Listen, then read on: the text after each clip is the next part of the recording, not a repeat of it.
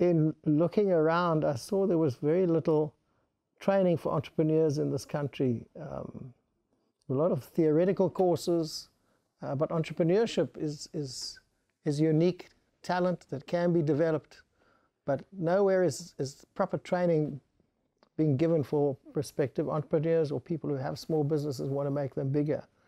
And to me, there's a great need to do that.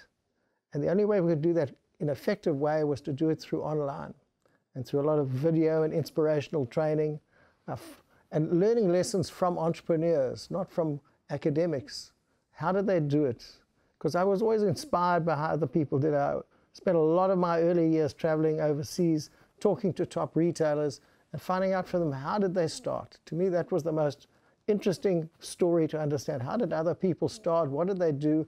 Lots of books about great companies. I read them voraciously, and you learn so much about. And so the purpose of the startup school is to share some of that knowledge and information with prospective entrepreneurs and to get them into a mindset that they can go out there and achieve with less risk.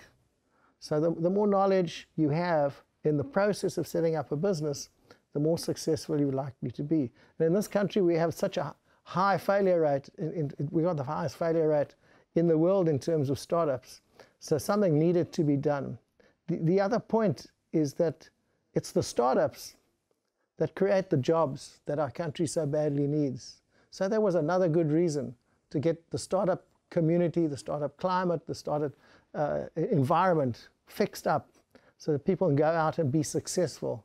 So we did a lot of study overseas about how do you get entrepreneurial climates going, and I think we picked up a lot of lessons on what we needed to do to make a startup community really viable in this country.